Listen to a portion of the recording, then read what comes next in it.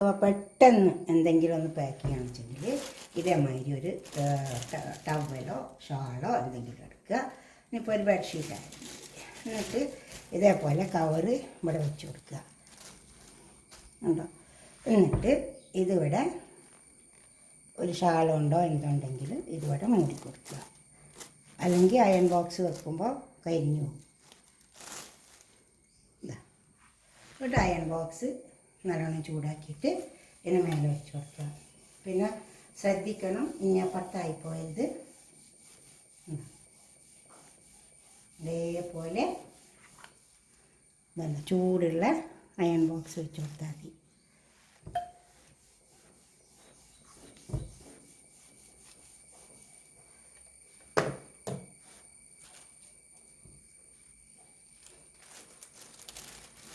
അപ്പോൾ നമുക്കിത് പാക്കായി കിട്ടും.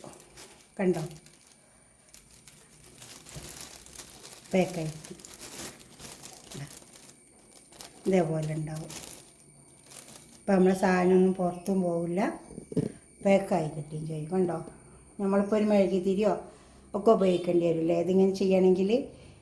പിന്നെ നമ്മളെ അടുത്ത് അതിന് മിഷ്യൻ വേണം. അതൊന്നും ഇല്ലെങ്കിൽ ഇതുപോലെ ചെയ്താൽ മതി. അയൺ ബോക്സ് ചൂടാക്കുക. എന്നിട്ട് ഇതേമാതിരി ഒരു അടിയിൽ എന്തെങ്കിലും വെച്ച് കൊടുക്കണം. അതുമ്മ തട്ടിയും ചെയ്യരുത്.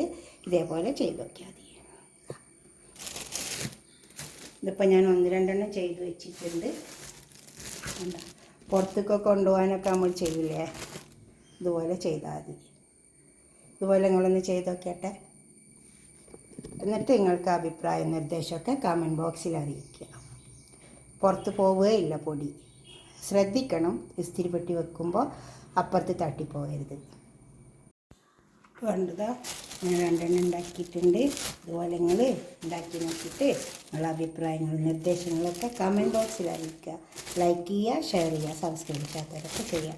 ഇത് മഞ്ഞളാണ്, ഞാൻ പറയുമ്പോൾ ഒരു വൈറ്റ് തട്ടാണ് വെച്ചത്. ഒരു ഷാള് തരി പോലും പുറത്ത് പോയിട്ടില്ല.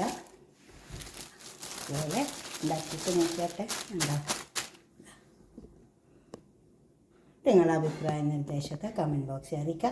അയൺ ബോക്സ് ഫുൾ ചൂടുമാണ്, നല്ല ചൂട് വെക്കണം. അന്നേരം ഇതിങ്ങനെ വരുള്ളൂ. Okay, by.